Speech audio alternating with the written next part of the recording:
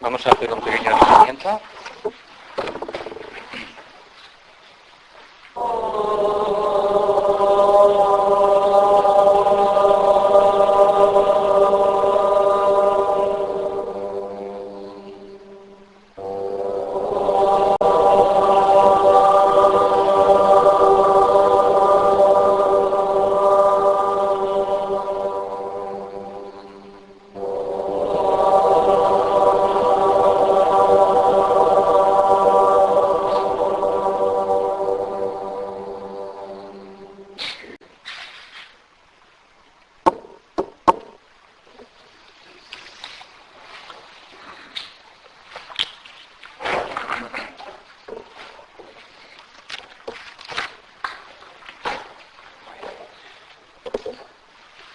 Aquí algunas láminas que tenía notado anterior.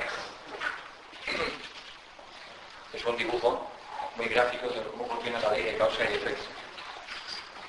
Y vemos que tiene unos fichas de dominó, se apoya y al final pues todo vuelve a él como si fuera un boomerang. También se la representa muchas veces por una lanza, que una serie de ejemplos sobre acciones y reacciones, causas y efectos. Bien, y ahora llegamos al tema que nos ocupa, que es la vida después de la muerte.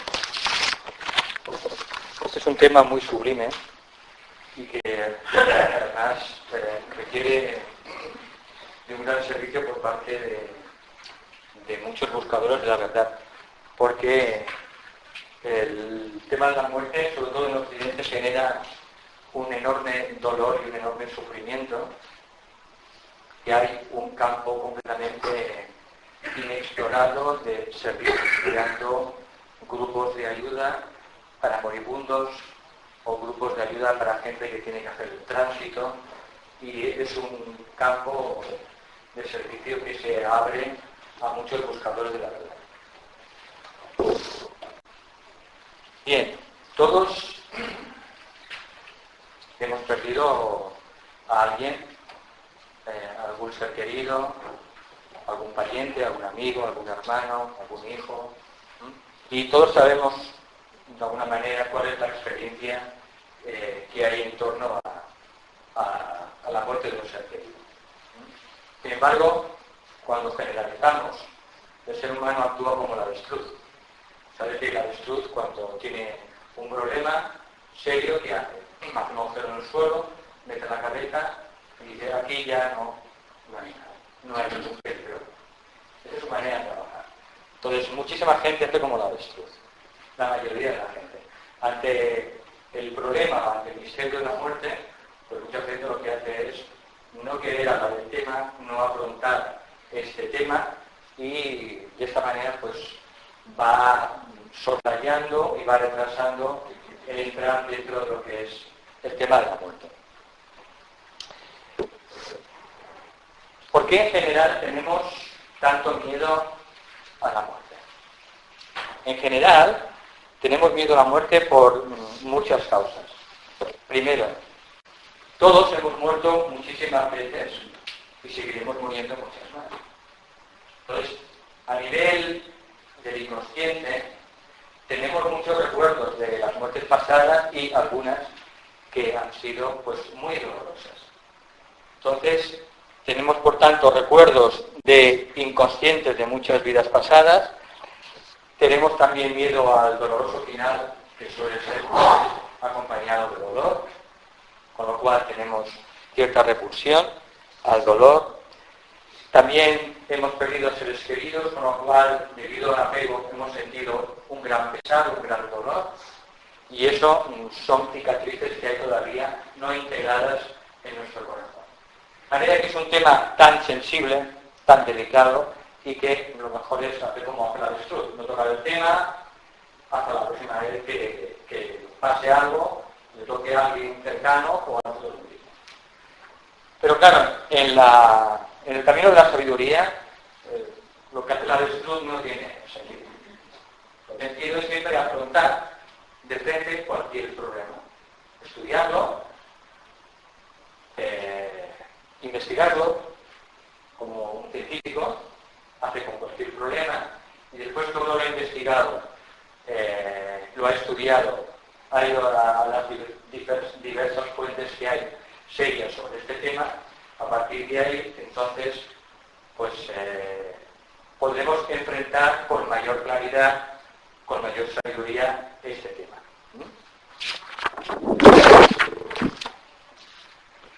Bien, para entender verdaderamente lo que es la muerte, hay que entender obligatoriamente qué es el ser humano. Si no tenemos una visión profunda de la constitución del ser humano, de su anatomía oculta, nunca podremos entender la muerte.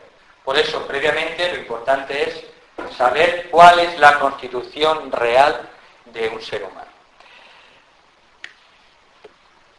Un ser humano, ya lo hemos visto a lo largo del seminario anterior y un poco también a lo largo de hoy, esencialmente es un alma inmortal que se pone en diferentes trajes cuando le llega el turno de encarnarse, y esos trajes son tres, son el cuerpo mental, el cuerpo emocional y finalmente el cuerpo físico etérico. Durante un tiempo estos trajes los utilizamos para obtener experiencias, para relacionarnos con ese propio plano, porque si no tuviéramos un cuerpo determinado, no podemos relacionarnos lógicamente con ese plano. Por eso los seres del mundo astral no pueden relacionarse con el mundo físico. ¿Por qué? Porque no tienen el cuerpo físico. Y lo mismo ocurre con nosotros en los planos superiores. Hay que tener un cuerpo que nos capacite para estar en contacto mediante esos sentidos de ese cuerpo con ese mundo. Entonces, básicamente lo que somos es eso, es un alma inmortal que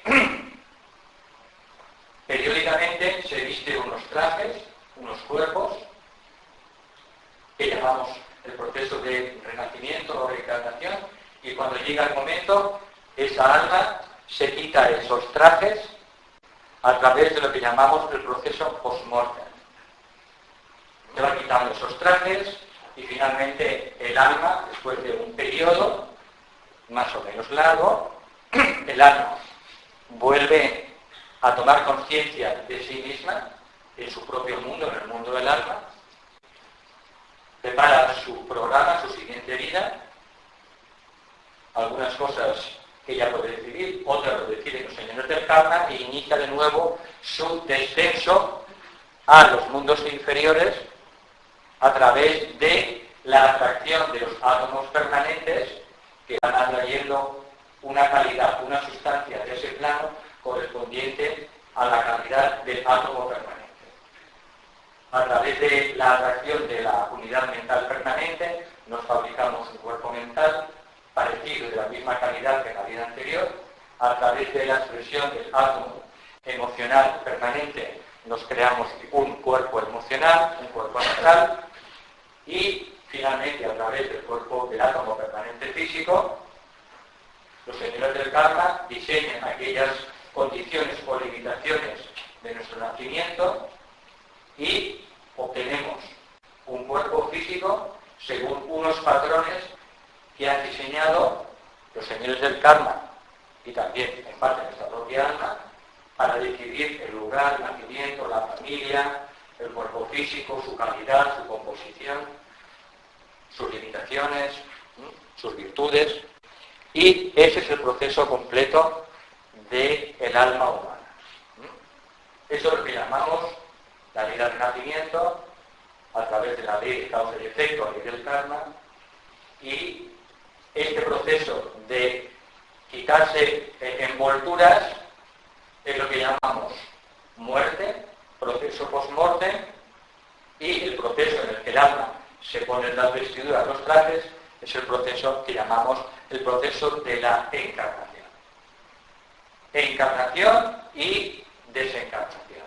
Y ese es el ciclo de la vida humana. Estamos un tiempo teniendo un cuerpo físico, pocos años, y el resto del tiempo lo pasamos en los mundos superiores. Esto es como, de hecho sería como una gaviota. Una gaviota va volando mucho tiempo y al final, de vez en cuando, ve que un pescadito, coge el pescado, clic, coge el pescado del mar, del agua, y se lo sube para arriba. Ese pescado sería las experiencias de una vida, y luego mucho tiempo está la cabeza volando por los aires. Pues algo parecido ocurre con el alma humana. Bien. Vamos a describir en detalle cómo es más o menos o aproximadamente el proceso de la muerte. El ser humano, cuando por karma tiene que abandonar el cuerpo físico, el alma inicia su programa. El alma y los accidentes incluidos forman parte del programa del alma. No hay nada que se escape al programa del alma. Otra cosa es que nosotros todavía no seamos capaces de ver la vida y las situaciones o las causas desde el punto de vista del mundo espiritual. Pero el proceso de desencarnación es un proceso que dirige el alma. Ese proceso puede ser rápido, como una enfermedad repentina, o puede ser un proceso lento de deterioro a través de una enfermedad. Si es un proceso lento, está claro que el karma interviene y esa persona, esa alma, tiene que saldar ciertas cosas. Pero siempre es un proceso que dirige el alma. Solo en estados muy avanzados de la evolución humana, el ser humano conoce el día y la hora exacta de su proceso de desencarnación y puede participar conscientemente saliendo del cuerpo físico sin entrar ya en él. Eso es lo que se llama un Mahasanana. Hay iniciados y grandes seres que anuncian a toda la familia, a sus seguidores, mirad, pues vamos a celebrar una gran fiesta porque mañana por la tarde pues veréis un acontecimiento especial. Y todos se cortan las manos y dicen, a ver qué nos hace el maestro. Entonces vamos a hacer una meditación todos y hacen la meditación y después de la meditación el maestro ya se ha ido. No hay nada dentro del cuerpo físico del maestro. Entonces, a medida que el ser humano va ganando la evolución, entonces conoce el momento exacto, el día y la hora y el minuto de partir y colabora conscientemente en ese proceso a través de lo que se llama el Mahasanana. Hasta entonces el ser humano pues participa inconscientemente y puede prepararse más o menos para ese proceso.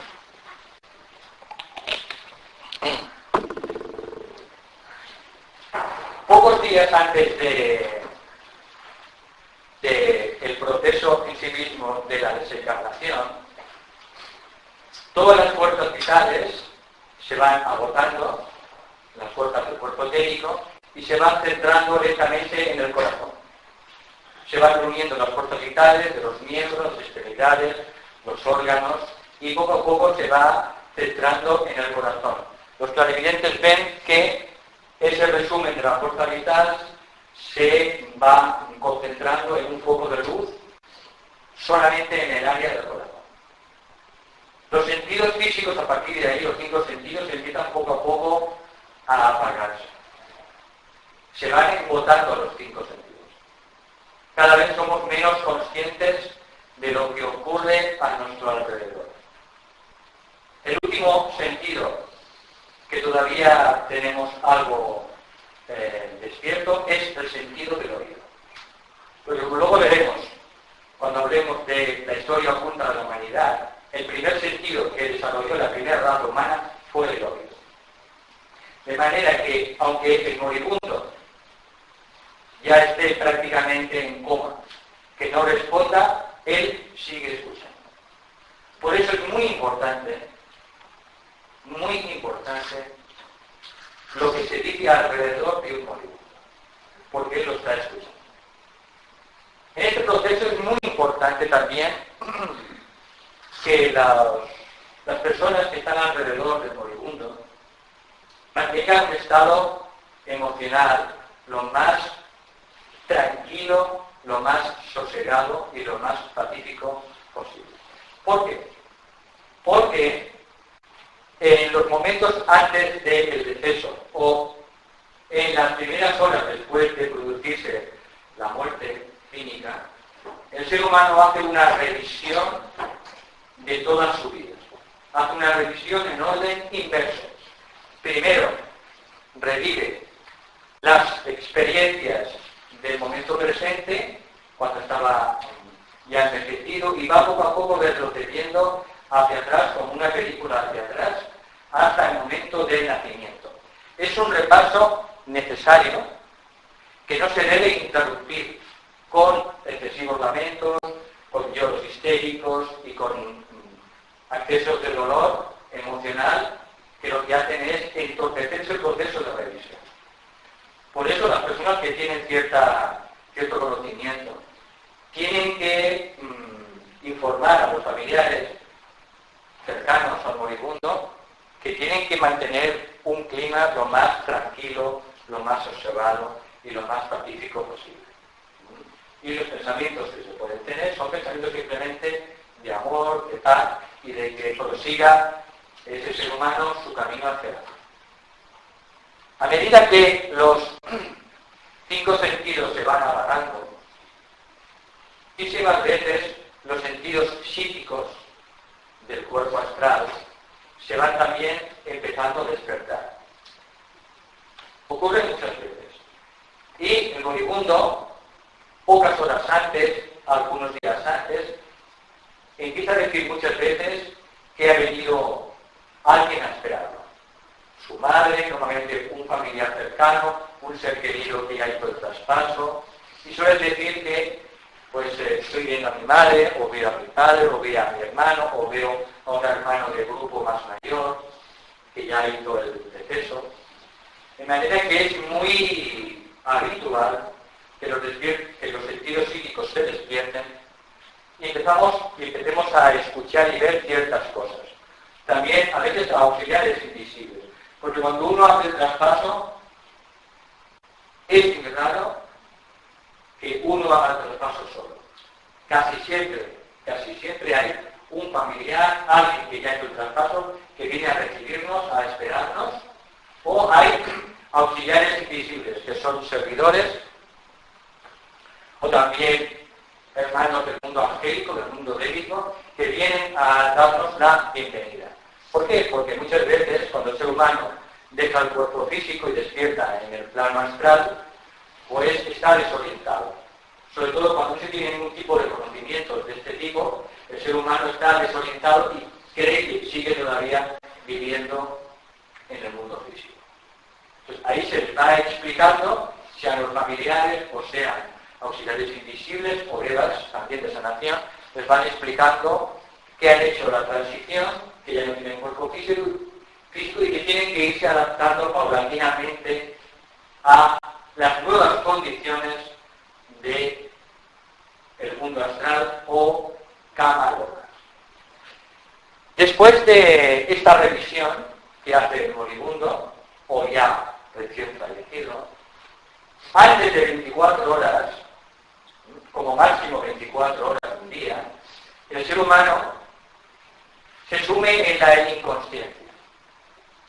Porque el cuerpo etérico todavía, en nuestro estado de evolución, no es un cuerpo de conciencia, no es un vehículo de conciencia. Sí que lo es el cerebro físico, el cuerpo físico y el cuerpo astral, pero el cuerpo etérico todavía no es un vehículo de conciencia. De manera que hasta que el vehículo etérico no lo expulsa el alma, igual que ha expulsado el cuerpo físico, existe un periodo de inconsciencia. Normalmente es máximo 24 horas. Lo ideal, después de que han pasado 24 horas, es suficiente, lo ideal es quemar siempre el cuerpo físico. ¿Por qué? La cremación. Primero, es higiénicamente recomendable, por lo que antes hemos dicho esta mañana, de que muchos virus y microbios y bacterias se entierran con el cadáver y el cadáver lógicamente dura años en putrefacción y eso está envenenando las tierras. De hecho hay muchas enfermedades, muchas epidemias a nivel mundial que son debidas a los entrenamientos realizados durante miles y miles de años. Tanto la tierra está muy contaminada, la tierra, el agua, debido a estos gérmenes. Entonces, la elevación es necesaria, es higiénicamente casi obligatoria, primero, para no contaminar más el planeta, y segundo, más importante, para que el alma quede liberada lo antes posible de su anclaje y atadura en el mundo físico. A veces hay personas que cuando no tienen ningún tipo de conocimiento de este tipo de información, son personas que ante el terror de lo desconocido pueden permanecer entre dos mundos.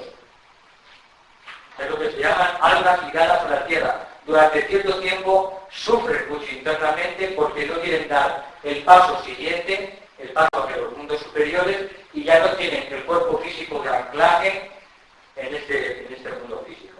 Con lo cual están en una tierra intermedia. Para evitar esto, lo mejor es la cremación, porque entonces el alma queda liberada inmediatamente de toda atadura al mundo físico. Los maestros recomiendan encarecidamente como un servicio al planeta y a la humanidad lo que es la cremación. Bien, el ser humano pasa ese periodo de consciencia durante unas horas, no más de 24, en inconsciencia, y luego, ¿qué ocurre? Pues luego despierta en otro mundo. Otro mundo que está aquí. No es que esté en la luna. El mundo astral, el mundo de Kama Loka. Kama Loka, cuando nos referimos al mundo después de la muerte, es un término sánscrito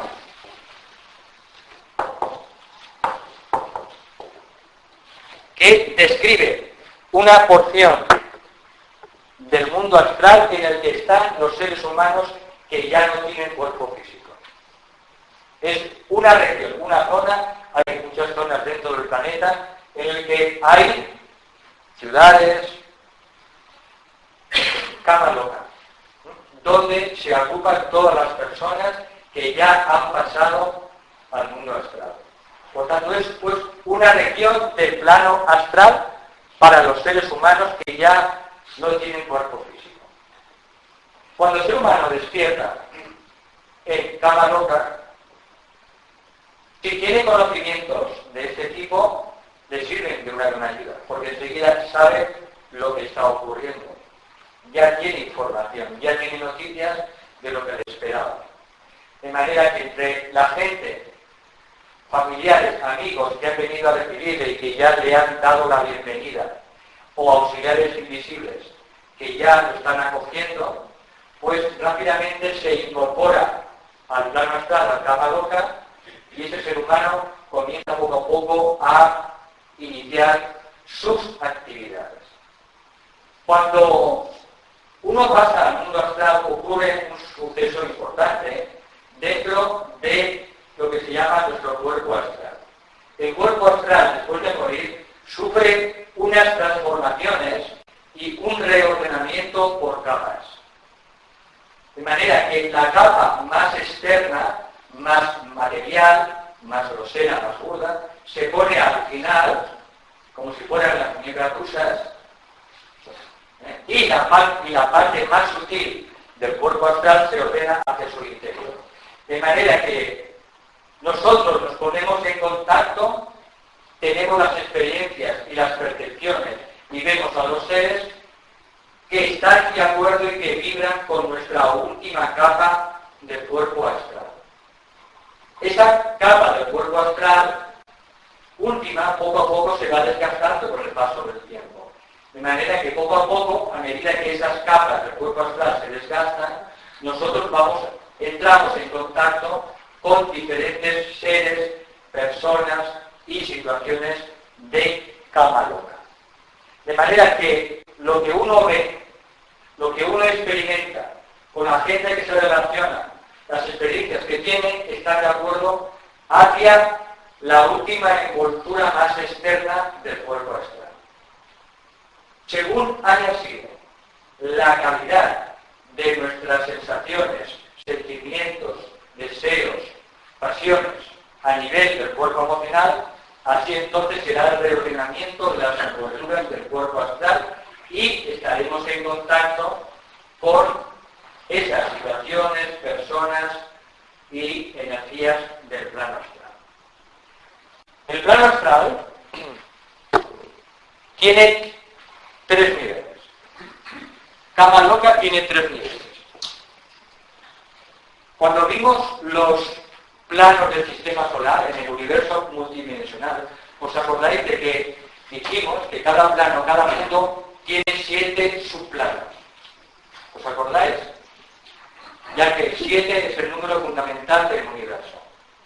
Entonces, igual que el plano físico tiene también 7 subplanos, el sólido, el líquido, el gaseoso, y tiene 4 subplanos etéricos, invisibles, pero que siguen siendo físicos, a través de los cuales pues, viaja la luz, viaja las ondas de radio, etcétera, etcétera. Kama Loka tiene también 3 divisiones. Tiene 3 subplanos inferiores, el 1, 2 y 3, que se llama el bajo astral. Tiene el 4, el cuarto subplano, que es el intermedio, y tiene el 5, 6 y 7, que es el astral superior. Astral inferior y astral superior. De manera que según sea la capa externa de nuestro cuerpo astral, nosotros entraremos de entrada en contacto con algún subplano del plano astral. O entraremos en contacto con el bajo astral, con el mundo intermedio astral o con el astral superior. Dependiendo siempre de la calidad de nuestro cuerpo emocional, de nuestro cuerpo astral. ¿Cuáles son las energías que caracterizan al bajo astral? Pues son aquellas energías, pues, del orden más inferior que podamos imaginar, a nivel emocional. Es lo que más cerca está del animal. Entonces, cuanta más energías tenga un ser humano de esa densidad inferior, pues pasará más o menos tiempo dentro de los mundos de Kama Loka del bajo astral. Estará más o menos tiempo, hasta que poco a poco cada capa del cuerpo astral se vaya poco a poco disgregando por acción del tiempo. Una persona, por ejemplo, que sea muy adicta, ¿qué problema tendrá después cuando haya la transición? Porque esa persona seguirá experimentando cualquier adicción de una manera muchísimo más fuerte todavía que cuando la experimentaba en el mundo físico. ¿Por qué? Porque ahora no tiene cuerpo físico para aminorar la vibración. El cuerpo físico supone una gran barrera. De manera que no tiene cuerpo físico, esa emoción, esa adicción, esa pasión, se siente de una manera muy grande. Pero como no existe ni droga astral, ni podemos tomar alcohol astral, ni tomar nada astral, porque no hay materia, ¿qué ocurre? Que la persona sigue sintiendo ese mono, esa adicción, del tipo que sea, pero no puede satisfacerlo. Claro, uno al final se desespera, claro. Tengo el mono y no puedo darle cumplimiento a ese mono. Hace que al final, al cabo de cierto tiempo, el mono desaparece. Porque es que no puedo satisfacer ese mono, esa adicción. Eso solo es un ejemplo. Por tanto, esas emociones, esas pasiones, van poco a poco agotándose por falta de satisfacción. Porque no podemos satisfacerlas. Esto tiene cierta relación con el concepto cristiano de purgatorio. Cierta analogía. Prefiero que no van muy desencaminados, pero a veces pues no aciertan mucho. Pero podríamos asimilarlo al purgatorio. Sin fuego. ¿Eh? Sin fuego. Sin mono. Sin fuego, pero con mono. Entonces, de acuerdo a la cantidad de adicciones de todo tipo que tengamos, la cantidad de pasiones, de emociones muy fuertes, bueno, pues eso poco a poco se tiene que ir, poquito a poco eso se va desgastando por falta de satisfacción. Y el cuerpo astral se sigue entonces reordenando y reestructurando, de manera que llega un momento que si una persona pues está unos meses, medio año o un año en el bajo astral, pues finalmente se desgastan las capas externas de su cuerpo astral y entonces despierte, se pone en contacto con el subplano astral intermedio. En general, la mayoría de la gente, en general, despierta normalmente en el nivel intermedio. La mayoría despierta en el nivel intermedio. Pero bueno, igual que aquí en la vida física hay todo tipo de personas, muchas poco recomendables, pues lo mismo ocurre también en el mundo astral. La vida en el mundo astral no cambia al ser humano. Somos los mismos. No cambiamos ni mejoramos. Tal como somos aquí, luego somos allá. Solo que ya no tenemos un cuerpo físico. Pero ni mejoramos ni empeoramos. Somos los mismos. Pero yo quería preguntarte, pero ¿nos redimimos en el cuerpo astral, en el plano astral para la próxima reencarnación? ¿O no sirve? Sí, ¿no? Bueno, todo sirve. ¿Verdad? Todo sirve. Pero donde vivimos en los planos post-mortem, lo que ya hemos dicho esta mañana, simplemente son efectos de causas que hemos puesto en movimiento durante la vida física y son mundos de asimilación de experiencias. No son mundos de aprendizaje. El mundo de aprendizaje es el mundo físico. Entonces, ahí sí que reflexionamos, aprendemos de las experiencias que hemos tenido en el mundo físico durante la encarnación, vemos qué cosas teníamos que aprender, qué cosas no hicimos y qué podíamos haber hecho. Son mundos en los que el ser humano reflexiona y destila toda la experiencia, completamente toda la experiencia de cada situación en la vida física. De manera que, después de un tiempo, también en el mundo astral intermedio, el ser humano despierta también luego en los subplanos superiores, donde la vida es completamente maravillosa. ¿Aquí estamos? Estamos solos. Bueno, vamos a ver.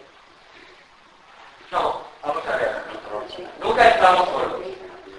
Nunca estamos solos. Igual que aquí, ¿verdad que nunca estamos solos? Pues las condiciones de Capadota son idénticas a las del mundo físico, muy parecidas.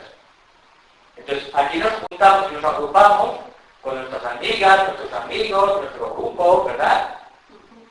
Alguien que esté completamente solo en el mundo, es muy raro. Lo mismo ocurre luego en Capadota. Nosotros nos agrupamos por afinidad con otras personas que ya han hecho la transición, evidentemente. Durante un tiempo, también nos vemos con los seres que todavía están encarnados en cuerpo físico, pero nos vemos con ellos y hablamos con ellos mientras ellos duermen. De manera que mientras ellos duermen, nosotros tenemos contacto con ellos en el sueño, porque nosotros cuando dormimos, cada noche pasamos al mundo astral. Podemos tener conversaciones, podemos arreglar problemas, muchas cosas, pero luego cuando el ser humano encarnado despierta, ya no hay conexión, solo durante la noche. Entonces, tranquila mujer, que no estarás sola.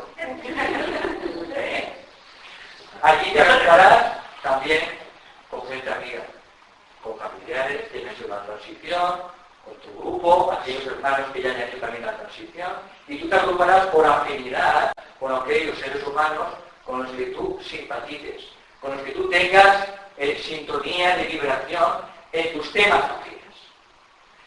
La gente se agrupa por afinidad, de manera que el que es médico o profesional de la salud, que ha sido en el mundo físico, ahí tiene innumerables oportunidades para trabajar en el mundo de la curación, pero ya no física, pero sí curando a niveles sutiles. Hay mucha gente que llega al mundo astral completamente desorientada, aterrorizada, porque no comprende nada. A estas personas, ellos necesitan gente que les ayude. De manera que hay muchos servicios luego en Camaloca, pero muchísimo. Entonces, el que le gusta esos temas, pues entonces se incorpora a esas actividades de servicio. Muchos de los buscadores de la verdad que durante la noche ya hace años están haciendo ese servicio, pues simplemente luego continúan la labor en el campo de la sanación de la gente las 24 horas. Muchos de nosotros por la noche asistimos a escuelas de conocimiento. Asistimos a conferencias. Nos reunimos con gente, con grupos. A veces podemos tener algún sueño al despertar de que hemos estado reunidos durante la noche con gente aprendiendo sobre temas espirituales o temas de investigación esotérica a niveles de fuerzas ocultas. Podemos tener vislumbres, pero la mayoría de los buscadores de la verdad se reúnen en escuelas de diferentes grados para proseguir durante la noche sus estudios espirituales y sus estudios esotéricos. Por eso muchas veces una persona que entra en contacto por primera vez con estos temas, cuando entra por contacto por primera vez dice, caramba, a mí todo esto no me resulta desconocido. Y es que yo creo que en alguna ocasión, alguna noche, yo he estado también en algún seminario. Y esto es cierto. Son reminiscencias que tenemos de nuestras experiencias en el plano astral. Cada noche, por tanto, la mayoría de los buscadores de la verdad, casi la totalidad de los buscadores de la verdad, asisten a diferentes escuelas en diferentes niveles, hay también universidades, y hay muchos servicios que se hacen durante la noche. Muchísimos servicios. Como protectores invisibles, como auxiliares invisibles, y el campo de servicio es extraordinario. De manera que cuando pasamos a los subplanos del mundo astral superior, entonces la vida cambia, incluso aquí en el cuarto, la vida cambia radicalmente. Entramos en un mundo de una felicidad que está más allá de las palabras humanas. Un mundo de luz, en el que no hay limitaciones, en el que no tenemos que trabajar para alimentarnos, porque allí el alimento proviene del éter del sol. Allí nos vestimos con el pensamiento. Decoramos nuestras casas con nuestra forma de pensar. Nos desplazamos con el pensamiento de un lugar a otro. Todas las tremendas limitaciones del cuerpo físico desaparecen. Por eso, todas las personas que han tenido experiencias cercanas a la muerte y que han vivido una muerte clínica y han vuelto a los minutos, a los 10, 15 minutos han vuelto, es que todos dicen que yo no quería volver. Hijo, madres con hijos. O sea, yo no quería volver. Yo era feliz. Sin embargo, el karma se lo impide. Y entonces tiene que entrar de nuevo en su vestidura física. Por eso, en realidad, el mundo de las penalidades es este mundo físico. Cuando lo comparamos con la belleza y la majestuosidad de los mundos superiores. Aquí el ser humano, por tanto, vive una vida en Kamaloka que dura cierto tiempo dependiendo de su grado de evolución. Dependiendo de el grado de pasiones inferiores, de instintos, todo esto, aquí será mayor o menor el tiempo. Y dependiendo del grado de evolución de la persona, pues estará en el plano astral, pues 5, 10, 15, 25, 50 años. Normalmente más de 50 años no suele estar un ser humano. Hasta los tantos años que dice. ¿La vamos? Muy aguda, Paqui, la vamos. 50 años. ¿Y las personas que se quitan la vida? ¿Y la gente que se quita la vida? No sé lo que va a pasar, pero bueno, te pregunto. La gente que se quita la vida son casos especiales. Y depende siempre también de los motivos. No hay reglas generales. Uno se puede quitar la vida por 100 motivos diferentes. ¿Me explico? Entonces no se puede cortar el mismo patrón para cada caso. Siempre lo importante es el motivo. Entonces, en regla general, las personas que se quitan la vida, en general, permanecen inconscientes en el plano astral. Si hablamos de una persona de una mediana evolución, no de alguien depravado, alguien de mediana evolución, permanece en un sueño inconsciente todos los años, todo el tiempo que el karma le había asignado. Y permanece en la inconsciencia, a no ser que sean seres malvados. Pero como hay pocos, afortunadamente, en el planeta, pues permanecen inconscientes. El suicidio, desde todos los ángulos posibles, desde la sabiduría antigua, no se recomienda.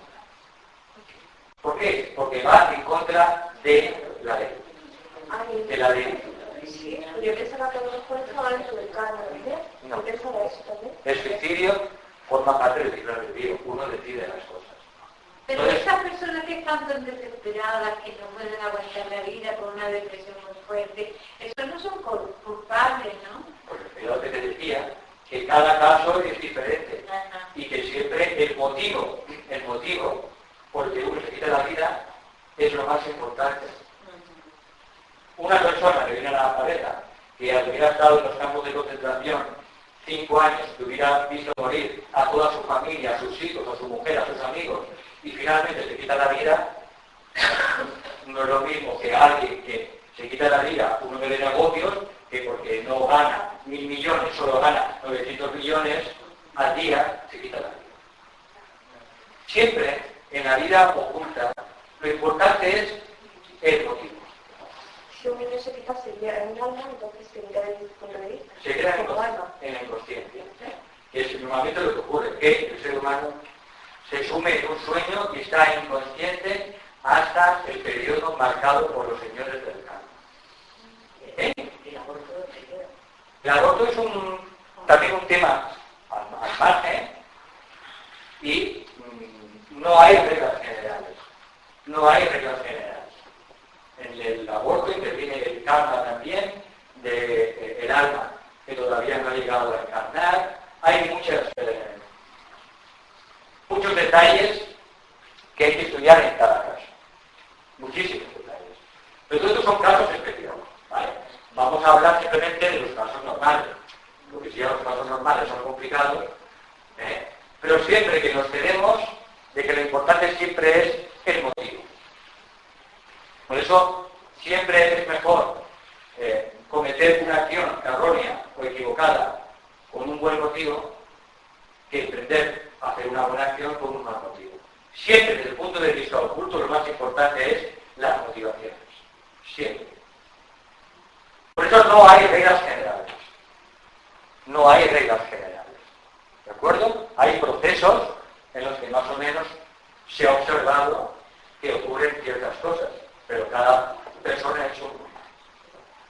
Entonces, después de una serie de años ya en cama loca, y uno ya ha pasado todo el tiempo que tenía que pasar y ha asimilado todas las experiencias y ha desgastado las envolturas de su cuerpo emocional, entonces el cuerpo astral se desecha, muere, lo mismo que murió el cuerpo físico. Y el ser humano se despierta en el siguiente nivel, que es el mundo mental inferior, lo que se llama el devacana. manera que si nosotros en la vida física desechamos un cadáver físico y etérico, luego también desechamos un cadáver del cuerpo astral o emocional. Es lo que se llaman los cascarones astrales. En muchas comunicaciones espíritas, lo que ocurre son simplemente esos cascarones o cadáveres astrales que se van disgregando, cuya alma ya no está en ellos, solamente los que transmiten muchas informaciones. Por eso toda la información que proviene del mundo astral prácticamente es nula. Es muy probable que los familiares sean pasados 15 años después de que padre, por ejemplo, o un hijo que se va a encontrar, ¿verdad? Normalmente sí. Cuando la diferencia no es muy grande. Si la diferencia son 10, 15, 20, 25 años, normalmente la gente se encuentra. Pero si son 60, 70 años, es difícil. Pero la gente se suele encontrar. Y ya en este caso ya te identificamos como familiares, ¿no? No. Te sientes como Los identificas como familiares. ¿Te sientes con el mismo afecto o la misma afectividad o Más todavía. más de hijo, Más. misma afectividad de hijo, de Sí, padre? más todavía. Sí, ¿no? Porque no tenemos ya ni siquiera la barrera del cuerpo físico. En el mundo astral, cualquier sentimiento enseguida tiene una forma, un color, es pura creación. Entonces allí los sentimientos se pueden ver al mismo tiempo que se tienen. De manera que todo es mucho más luminoso y mucho más bello. Pero tú los reconoces con el mismo cuerpo plano. No se reconocemos físicamente, igual que aquí nos reconocemos físicamente, en el plano astral nos reconocemos astralmente. Y cuando vienen, hay veces que dicen, ha venido, o lo he visto, ¿no? Parecido a... Normalmente, como he dicho antes, en el plano astral, en cada loga, más o menos nos quedamos con una apariencia siempre la misma, que suele ser la de una persona adulta, ni muy joven ni muy mayor. Normalmente 35, 40, 45 años. Como lo vemos en sueños. Cuando lo ves en sueños es porque tú has estado con ellos. Muchas veces sí, claro.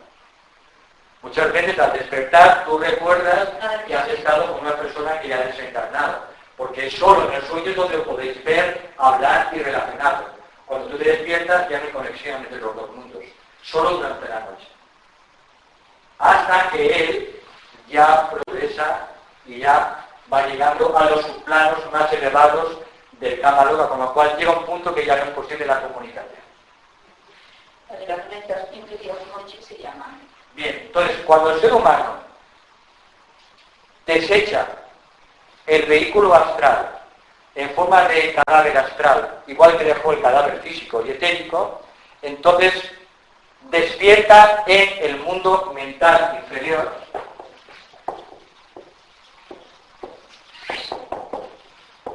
Sabéis que el mundo mental es el mundo mental superior y el inferior.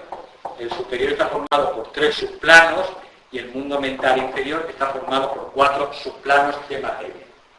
Entonces, cuando despierta en el mundo mental inferior, hay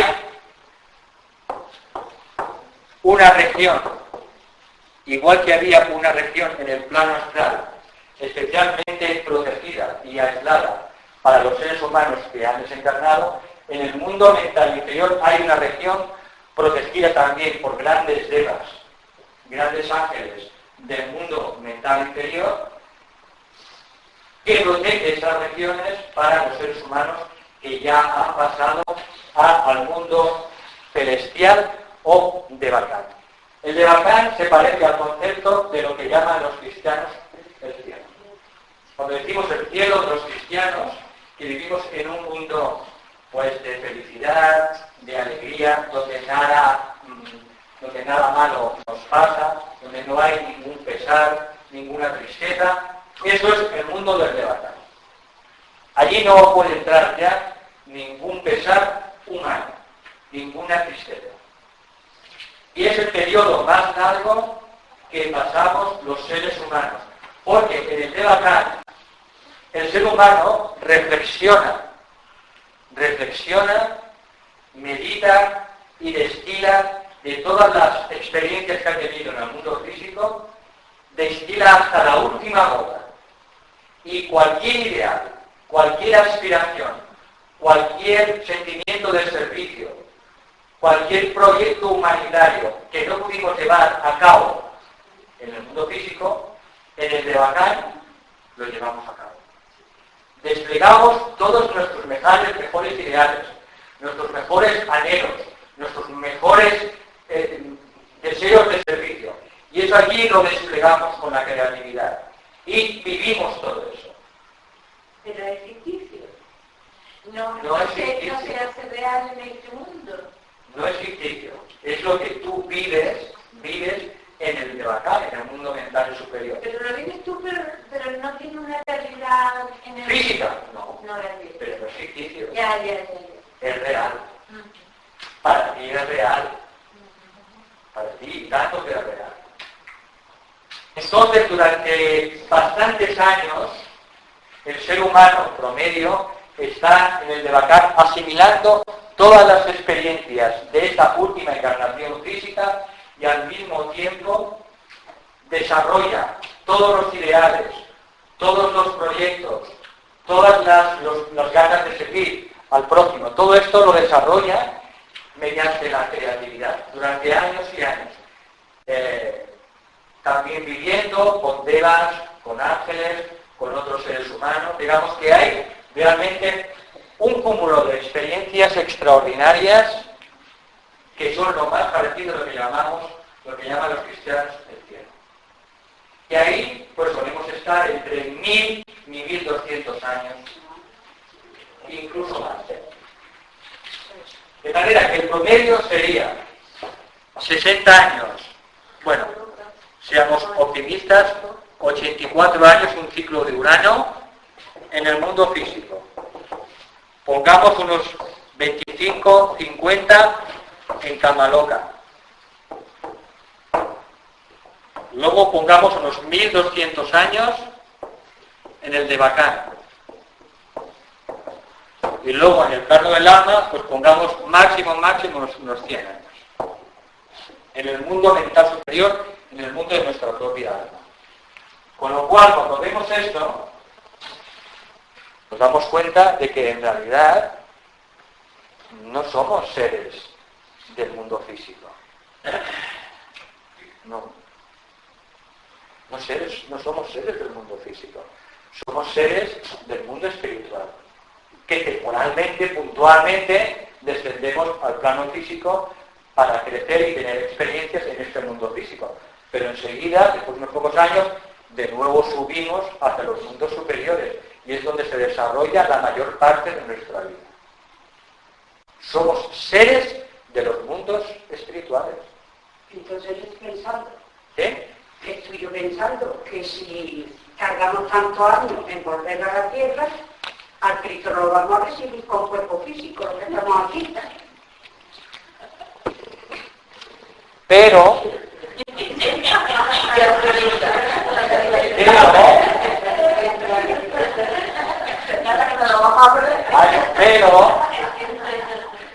es que a medida que el ser humano va recorriendo conscientemente el camino espiritual, se le abren ciertos procesos secundarios.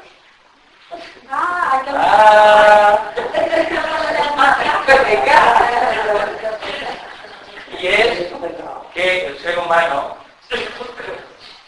cuando llega a ese punto y que está recorriendo conscientemente el camino espiritual y es un discípulo consciente o un aspirante consciente, entonces tiene la posibilidad de renunciar al de Bacán.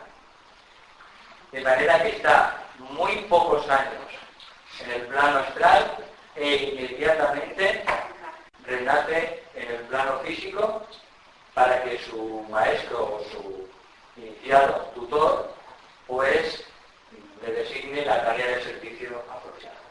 Entonces, igual que Buda renuncia a la entrada en el nirvana, igual que los ángeles solares renunciaron a proseguir su evolución suprahumana para ligarse con cada uno de nosotros, cada ángel solar, la renuncia a seguir en estadios superiores de evolución es una ley a medida que los seres vivientes, que las almas, van evolucionando. De manera que en el camino espiritual se abre la posibilidad de que el ser humano entonces renuncie a Rebacán, que esté muy pocos años en cama loca y inmediatamente entonces vuelva a renacer. Por eso hay muchos aspirantes y discípulos que renacen a los 15, 20, 30 años, 50 años como máximo. Perdona, ha dicho la posibilidad de decir que si quieres o no quieres. Sí, claro. Que no es como decir, no, pues ya toca. No, lo que te toca después de morir es Ese proceso. disfrutar. Vale. Y es así, porque luego después de dejar el cuerpo físico, solo entramos en un mundo de una belleza sin palabras. De hecho, nadie quiere volver. Pero uno puede renunciar a ese estado de felicidad. ¿Por qué? Porque es que aquí hay muchísimo trabajo. Aquí hay muchísimo trabajo. ¿Cómo está el mundo, hermanos? Que arreglar muchas cosas. Hay que hacer mucho bien todavía.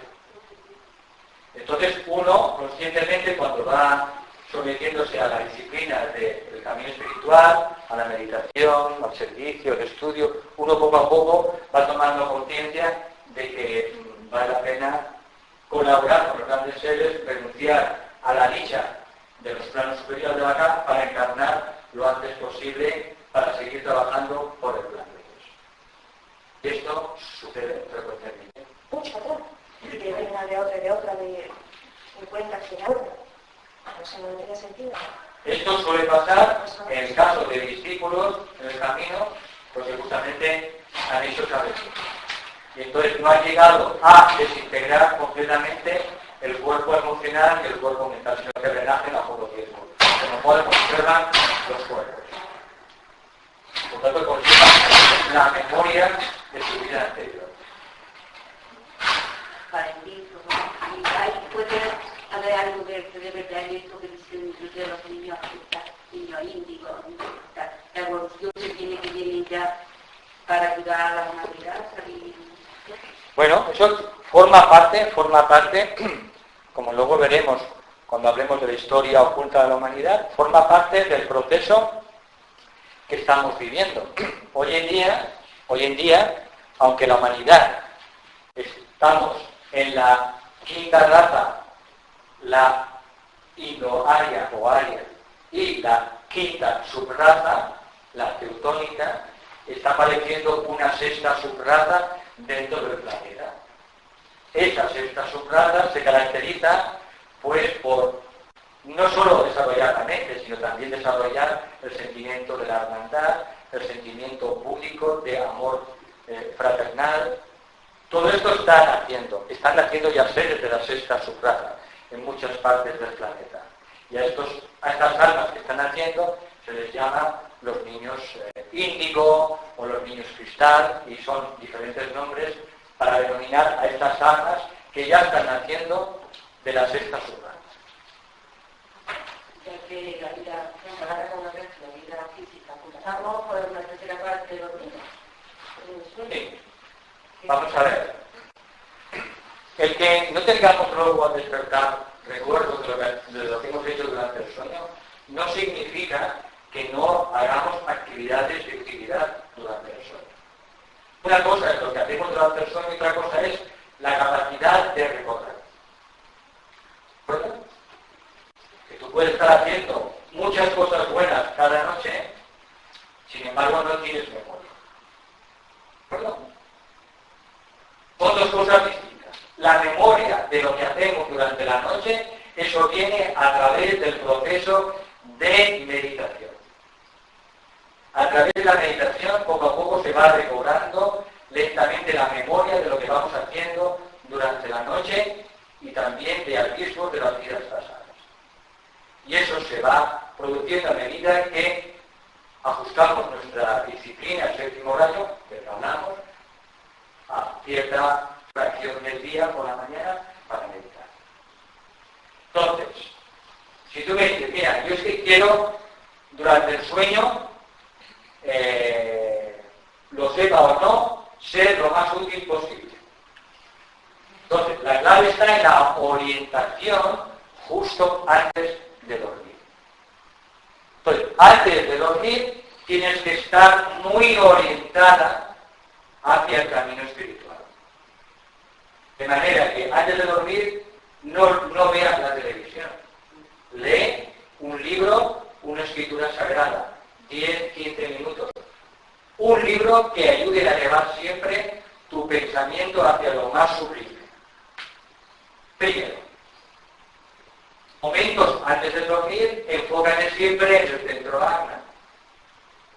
Porque el centro ajna, entre las cejas, es el asiento de nuestra alma. Es lo que se llama la silla turca, donde el alma está sentada en su propio sillón. Por tanto, centra siempre la atención en el centro ajna, siempre antes de dormir. Y por último, antes de dormir, preséntate a los pies de un maestro. Con toda humildad te dices, me gustaría que durante la noche me utilices para hacer el mejor servicio posible al mayor número de personas. Utilízame, maestro. Que yo pueda ser un instrumento tuyo en tus manos para enseñar, para curar, para hacer lo que tú me pidas. Entrégate a él, a cualquier maestro que tú sientas de todo corazón, para que él te utilice durante la noche. Ese ofrecimiento de todo nuestro ser a un maestro, con el paso del tiempo, tiene respuesta. Existe una ley que se llama la ley de invocación y evocación. Y siempre todo aquello que invocamos tiene, al cabo del tiempo, una respuesta evocativa. Siempre. Con estas tres cosas te puedes asegurar que podrás tener una mayor utilidad durante las horas de sueño.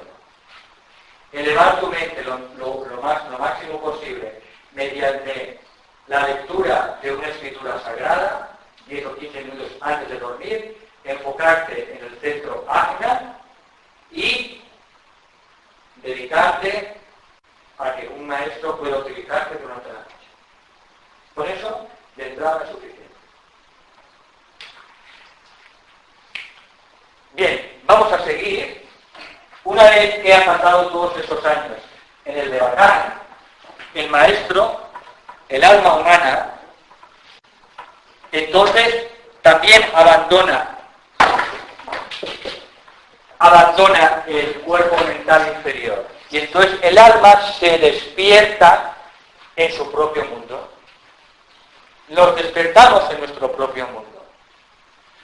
Y comprobamos y decimos, caramba, siempre he sido el alma, es que no he sido ni la mente, ni el cuerpo emocional, ni el cuerpo físico. Siempre he sido el alma. Desde hace 18 millones de años soy un alma inmortal. Y vivimos las experiencias del alma junto con nuestro grupo de almas y también nuestras experiencias con nuestro maestro de nuestro rayo de grupo. Y ahí vivimos en experiencias con devas, también devas del mundo causal, grandes huestes angélicas y todavía, si el cielo todavía no tiene palabras, el mundo del alma todavía mucho más grandioso es el mundo. Y vivimos una serie de años ahí en el mundo causal. Pocos años, depende, cuanto más avanzados estamos, más se vive en el mundo causal. Pero finalmente entonces llega de nuevo el momento de renacer. Porque todavía no hemos logrado la perfección humana. Tenemos que seguir entonces aprendiendo. Y de nuevo entonces, a partir de ese momento, se inicia el proceso de descenso en el que los átomos permanentes van atrayendo materia de cada mundo, atrae la unidad mental permanente, materia mental para formar nuestra mente, el átomo permanente astral atrae materia astral para formar nuestro cuerpo astral y finalmente contactamos con el arquetipo del cuerpo etérico y nos introducimos en la madre, en la barriga de una mujer. Bien, este es el proceso general de lo que es la vida después de la muerte. No sé si tenéis alguna pregunta o queréis que afirme alguna cosa sobre lo que acabamos de decir. Venga. Aunque me vaya un poco para atrás. Mi duda es, por ejemplo, de cuando enfermamos y eso, tener que tomar tantos medicamentos para que si no cortamos ahí un poco lo que es con los medicamentos naturales. Si me explico, pues vamos, hablando me explico que pero Sí. eso es normal, tanto querer mantener el cuerpo aquí a base de tanta medicina El que la ciencia esa. médica intente mantener un cuerpo que ya ha llegado a su final, eso es pura ignorancia. Pura ignorancia. Entonces, dentro de unos cuantos siglos, pues este tremendo espejismo habrá desaparecido. También justamente gracias a la propia ciencia. Entonces, cuando un cuerpo ha llegado a su final, lo que hay que dejar es que llegue al final, procurar aminorar el dolor y que se disgregue, se desintegre. Eso es lo sabio y eso es lo correcto. Yo quiero decir que hay que hacer testamento vital para que no suceda eso. Que no me enganchen, que no me enchufen, que me dejen. Sí. Entonces, También lo de la cremación, todas estas cosas conviene dejarlas por escrito. El tema de los trasplantes de los órganos, como se dice, está recomendable. Donar órganos que los dejan trasplantar. Donar órganos es un gran acto de servicio. Dar órganos es un gran acto de servicio. Lo que no es recomendable es trasplantarse órganos de animales. Eso no es recomendable desde el punto de vista de la sabiduría. o de alguien que no Eso lo no es haya recomendable. donado, ¿no? ¿Eh? O de alguien que no lo haya donado. Hombre, hablamos, Pues, porque es que la mayoría no hablamos de tráfico, claro, Tráfico. hablamos. Así veo si alguien no lo ha donado, pero la familia, por ejemplo, del tráfico de órganos.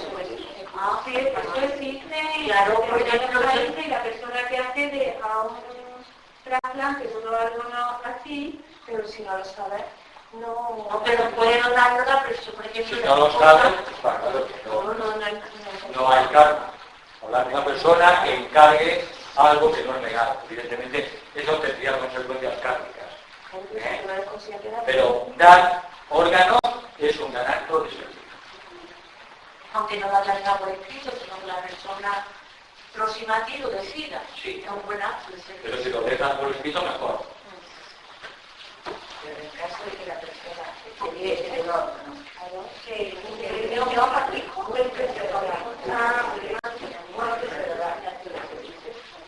Yo tiene que decidir cada uno o cada familia en su caso. No existen reglas generales. Lo que sí podemos decir es que donar órganos es un gran acto de servicio. Y a partir de aquí, en los detalles, cada uno tiene que ver la etapa. Una pregunta, no sé si viene, porque hay una cierta mejoría muchas veces, ¿no? Casi en fase terminal, vamos, ya estamos moribundos. ¿Eso por qué? Bueno, porque a veces suele pasar. Hay una mejoría, pero digamos es la última mejoría. Es la última. Antes, digamos, del bajón final. Esto suele pasar. Muchas veces, más de lo que nos pensamos. Imagino que son temas en relación con la fuerza vital y pasa muchas veces. La política de la cremación, ¿qué tiempo va a recomendar de una persona, el tiempo recomendable para cremarla, ni antes ni después? 24 horas. A las 24 horas se puede hacer. Con toda confianza. Antes no, porque todavía... Hay que dar un margen de seguridad. Pero de hecho, el nos dice que a las pocas horas ya se puede cremar. ¿Es conveniente partir la ceniza o Bueno, la pregunta diamante, con la posibilidad, porque era más bonito. Eso son temas personales. personales, ¿no? sentimentales, temas emotivos, ¿no? Entonces, parte es desde el punto de vista higiénico. Lo más importante y desde el punto de vista espiritual. Higiénicamente es recomendable 100% como servicio a la humanidad, por la contaminación que eso produce, y luego a nivel espiritual para no tener anclajes y quedar liberado lo antes posible del sustrato físico etérico.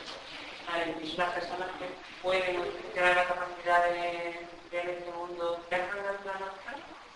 Sí, las personas que conscientemente hacen viajes astrales son personas que tienen la capacidad de salir conscientemente del cuerpo físico y tienen las experiencias en el mundo astral. El viaje astral no es sinónimo de desarrollo espiritual.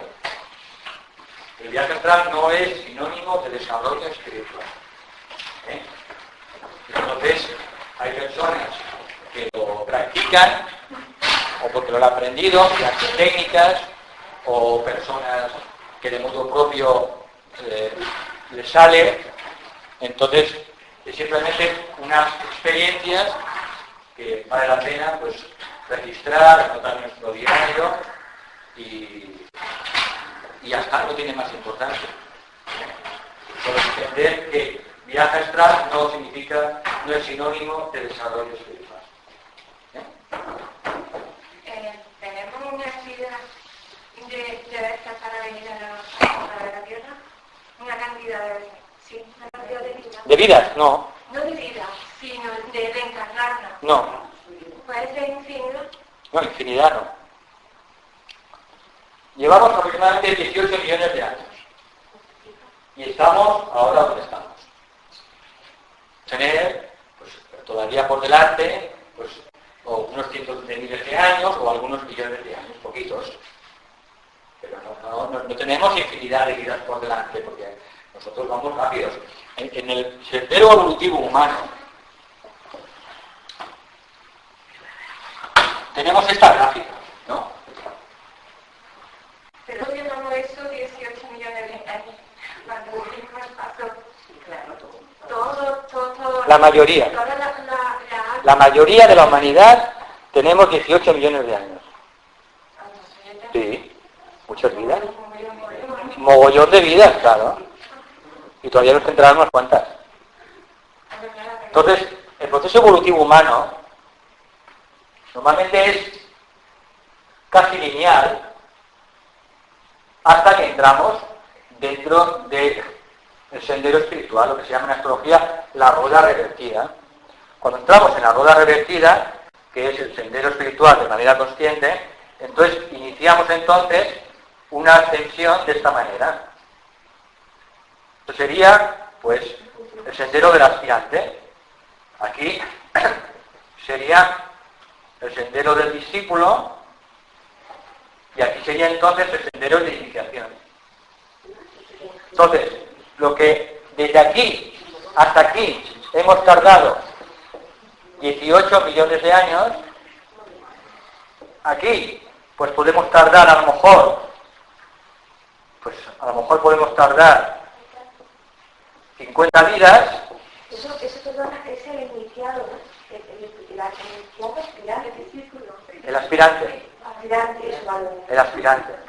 Aquí el discípulo, pues pueden ser a lo mejor 30 vidas, y aquí en 5 vidas se alcanza la maestría perfecta. Por eso no podemos tener una misma progresión, sino que la progresión es de aceleración. No sé cómo se llama en matemáticas esto, pero es una progresión geométrica. Progresión geométrica. ¿De acuerdo? ¿Eh? La pregunta que hacer yo, pero viene de aquí. Sí, bien. Dice que cuando lleguemos al final, si todos somos maestros. Sí. Cuando llegamos aquí, técnicamente se dice que se alcanza la quinta iniciación. Alcanzar la quinta iniciación significa que un ser humano ha logrado la continuidad de conciencia significa que, bueno, ya antes de lograr la quinta edición ya pasa.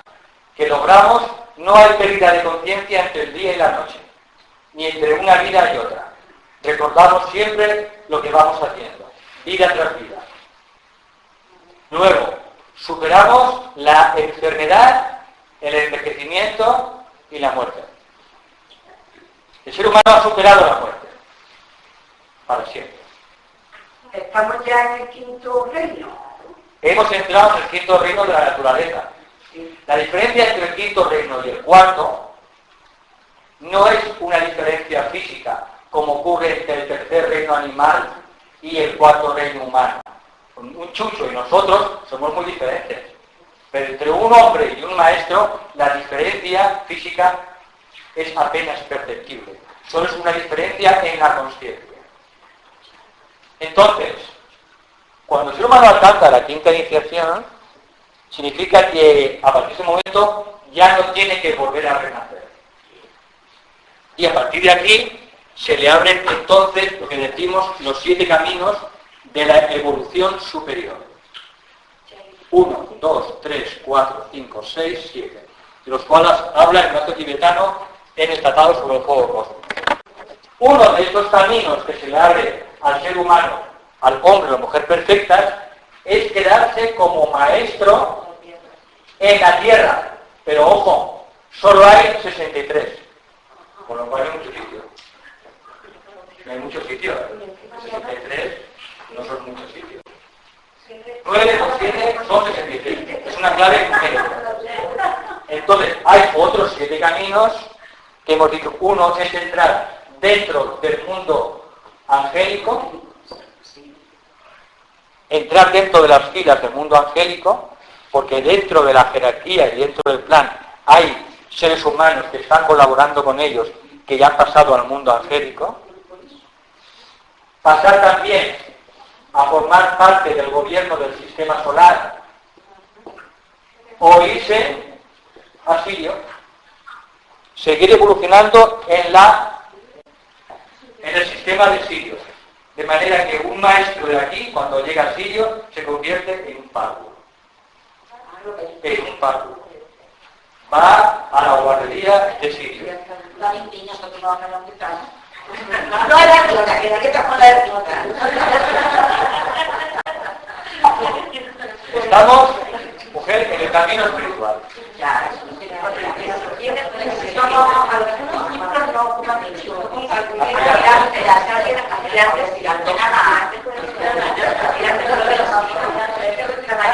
Entonces, luego mañana hablaremos, cuando hablemos sobre los maestros y el camino de ellos, que dentro del camino espiritual hay diferentes fases.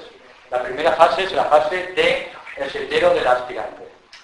Luego el sendero del discípulo y luego el sendero de la iniciación. Pues las personas que ya tienen interés en estos temas, todas ya están como mínimo en el sendero del aspirante, que se llama el sendero de probación.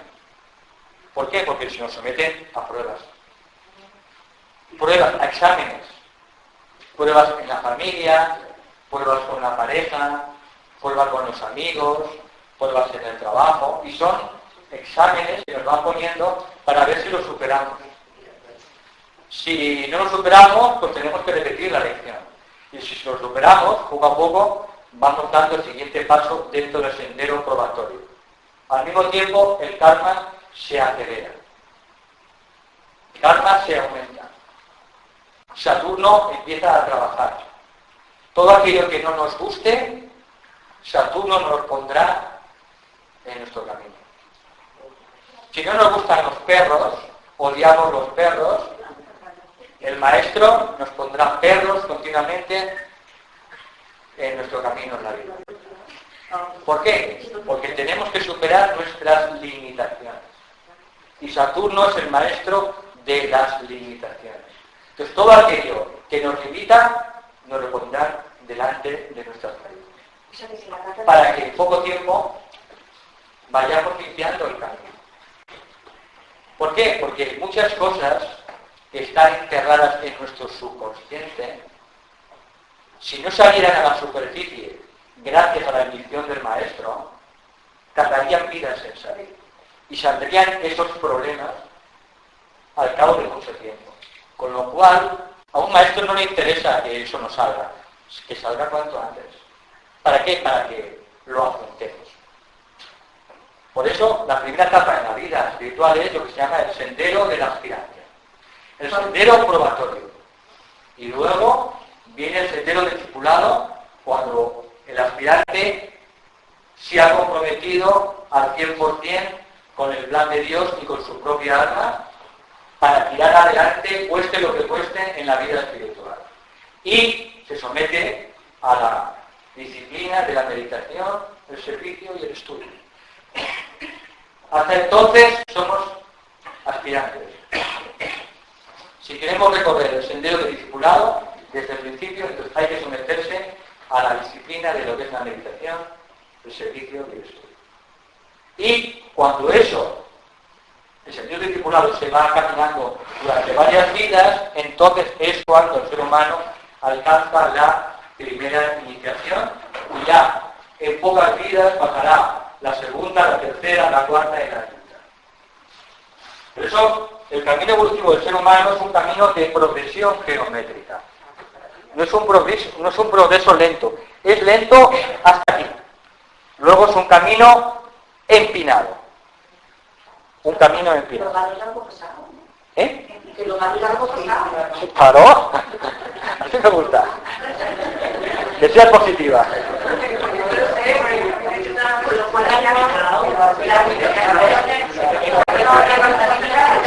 Todo lo que traemos serían como, sentirlas como bendiciones, no como bendiciones. Sí, bendiciones, porque de hecho nos las están dando, porque ya estamos ahí, aunque no lo sepamos realmente, tenemos que verlo como algo positivo. Como una lección a superar. Es porque estamos ya en un plano, aunque no saliéndolo, pues estamos ya... Como una lección a superar. Por eso uno tiene que verse siempre a partir de ese momento como el aprendiz. Vale. Le pase lo que le pase, uno tiene que ver siempre como el aprendiz. El aprendiz está aprendiendo. ¿Verdad? Un aprendiz no lo sabe todo. Un aprendiz no sabe muchas cosas y las tiene que aprender. Pero si se equivoca, pues corrige. Si se cae, se levanta.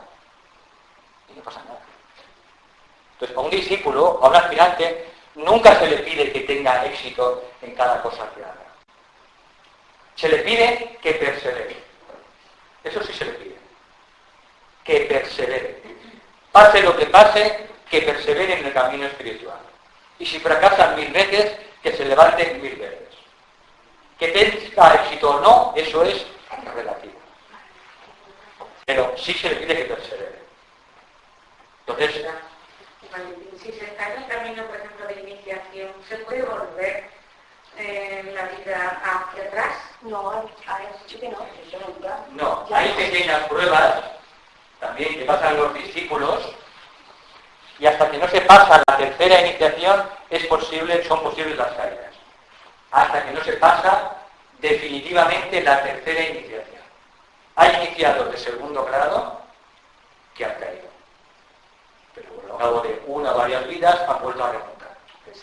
Pero la caída es posible hasta que no se traspasa la tercera iniciación.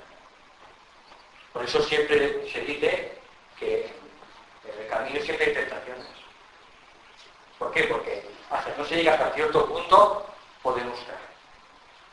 Pero más iniciado, cuando empieza a desplegar cualidades, facultades del alma, poderes psíquicos, se enfrenta a grandes retos dentro de sí mismo, a grandes pruebas, a grandes tentaciones. Ya Jesús, en el Nuevo Testamento, él mismo tuvo que estar en el desierto 40 días para superar sus tentaciones. ¿Grado se consideraría que estaba Jesús? ¿En qué? ¿En qué grado tenía?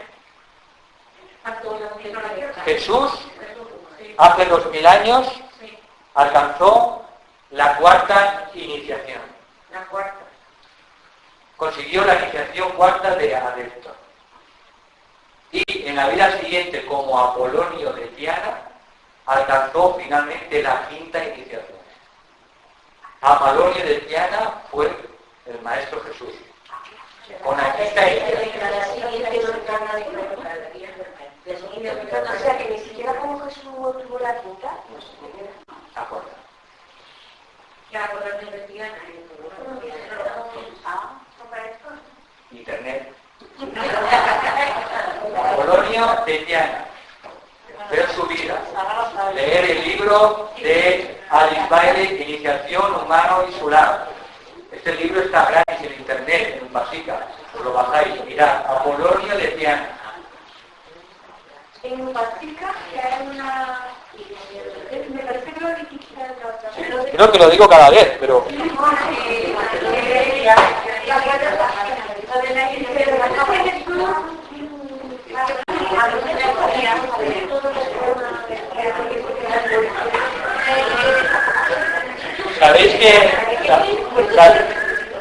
¿Sabéis quién es el maestro Moria?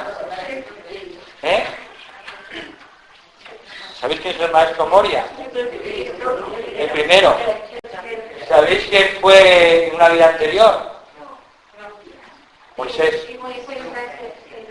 Moisés. Moisés cuando era Moisés, ¿en qué Tendría que preguntárselo a él. Está diciendo de las iniciaciones de Jesús en el libro de Belén Calvario, nos dice a nivel y este es de ella, no soy filo tibetano, es de ella.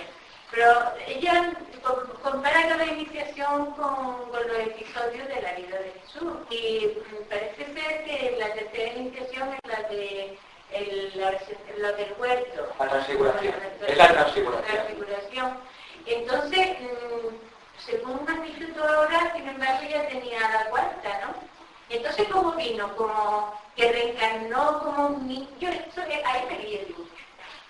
Que reencarnó como un niño y lo que hizo fue que sus episodios iban a servir para nosotros como enseñanza de las iniciaciones, o realmente él se fue iniciando. No, él ya era un iniciado, porque alcanzó después de la muerte de Cristo de Maitreya, alcanzó la cuarta iniciación. Con la muerte en la cruz, él alcanzó la cuarta iniciación. Y luego, entonces vino como carne y volvió como Apolonio de Diana, para alcanzar ya finalmente la quinta iniciación. Y luego como Jesús de Nazaret. Entonces, después de Apolonio de Diana, sigue trabajando continuamente desde entonces por la humanidad con cuerpo físico. Hoy en día es uno de los maestros más importantes, junto con el maestro Mori y el maestro Kutumi, se encarga de la fusión de Oriente y Occidente, trabaja para la reforma de la Iglesia cristiana, está en el Vaticano, inspira a grandes seglares y obispos anglicanos, es un maestro de los más trabajadores de sexto rayo que hay en el planeta. El maestro tibetano alcanzó la maestría, la quinta iniciación, en 1875. Es uno de los más jovencitos. Alcanzó en 1875. Le dice que en cada siglo hay uno o dos maestros. Pues ir apuntando a ver qué puesto queréis de los 7, porque solo hay 63. No queráis todas, tipo sitio, porque este no hay. Solo hay 63.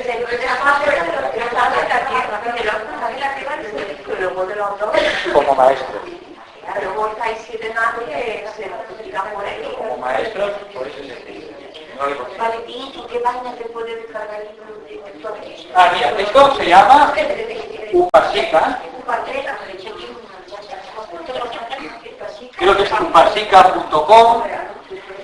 En Upasika tenéis, es una página hace años que están todos los libros digitalizados, están todos los libros teosóficos, todos los libros de Alice Bailey, todos sin excepción. Los libros también de Elena Ruerich, libros de la mayoría de los autores teosóficos, rosacruces, masones. Es una librería digital inmensa. Luego tenéis, también os aconsejé, otra página web que se llama Vicenteva. Vicenteva es una página web en la que están todos los libros y conferencias de Vicente Beltrán Anglada. Entonces, Vicente Beltrán Anglada fue un discípulo español que fue, a ver si se encarnó, fue secretario de la Escuela Arcana durante muchos años, luego estuvo en España y fue un gran conferenciante y ha escrito muchos libros. Tiene unos libros extraordinarios sobre la jerarquía angélica, débica. Tiene la trilogía de los devas. A quien interese el tema de los devas, los ángeles, le aconsejo la trilogía de los devas. En especial también, aparte, otro libro que se llama Los ángeles solares, la humanidad, los ángeles solares. ¿Cómo es? Sí,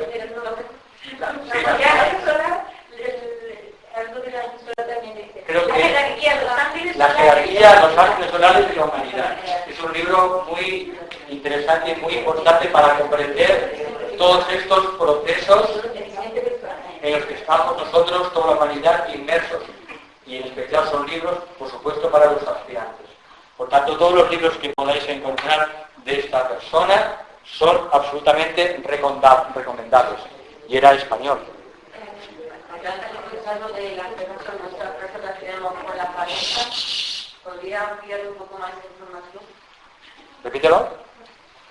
Las pruebas que tenemos algunas personas con nuestra pareja, porque trabajo con la familia y demás, con la pareja, que si podría ampliar un poco más. Vale. Bueno, vamos a ver las pruebas.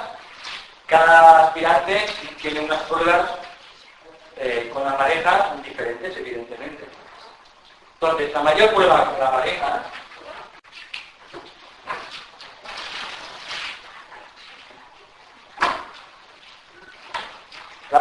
que tiene que superar un aspirante es no dejar el camino espiritual.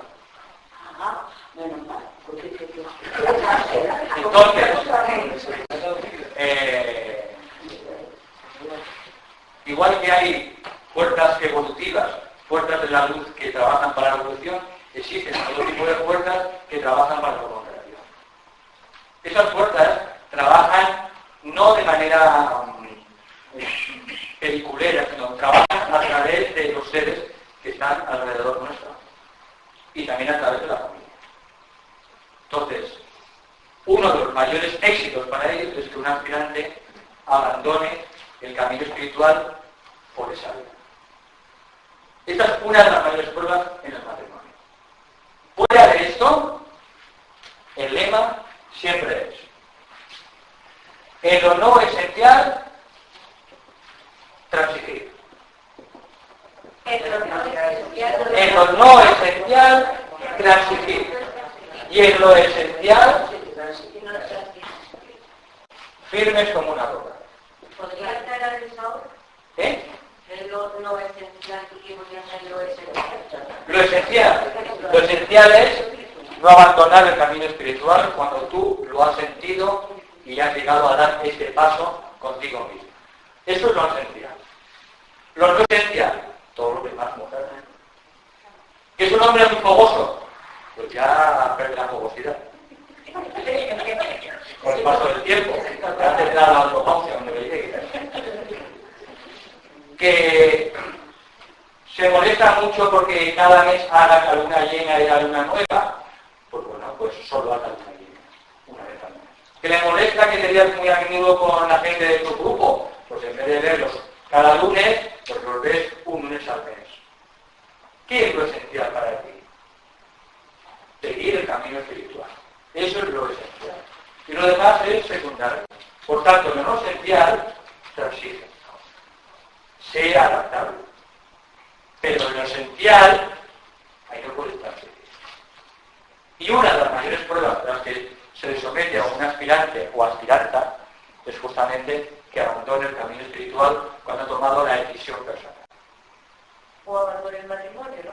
¿Dime? O abandone el matrimonio, claro, porque es que mucho, casi todo el mundo que empieza en esta... A veces, cuando el tema no tiene arreglo, entonces, pues, nos llevan a la pareja, se la llevan. La pareja se va. Como le decía, que cuando la pareja no tiene arreglo, porque el problema no es que la persona haya entrado en el trabajo, sino que ya había problemas antes la pareja. Claro, es verdad. Y al entrar, pues, es como si se da mala persona y pues eso se acelera, porque a lo mejor no es conveniente que tenga tiempo con esa persona, es tiempo, ¿no? La mayoría de las parejas son distintas. No nos engañemos. Almas gemelas, eso están en los libros, pero en la realidad no existe. Eso no existe. Pero cuando cada uno es tolerante, cuando cada uno respeta al otro, cuando uno intenta que el otro sea feliz, pues uno ya es tolerante. Y si el otro es feliz haciendo ciertas cosas, pues entonces evidentemente le dejará correr. En la vida, en la relación entre dos personas, cuando se ata muy corto, eso es contraproducente. Lo que produce el efecto contrario. Deja a alguien con la cuerda larga y esa persona será feliz. Y siempre estará contigo. Desde un punto de vista diferente al de la sociedad normal, correcto. Entonces, en lo esencial, no hay transigencia. En todo lo que es esencial, hay que transigir. Ser adaptable. Hay cada pareja, hay cada pareja, y entonces cada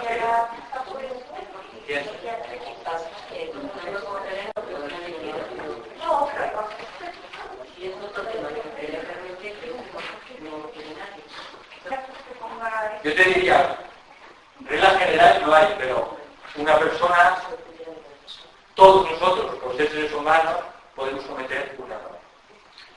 Un error a la semana, un error semanal no es error. Pero todos podemos cometer algún error, porque somos familias, somos humanos, evidentemente. Pero bueno, estamos hablando sobre obstáculos o pruebas en el camino espiritual.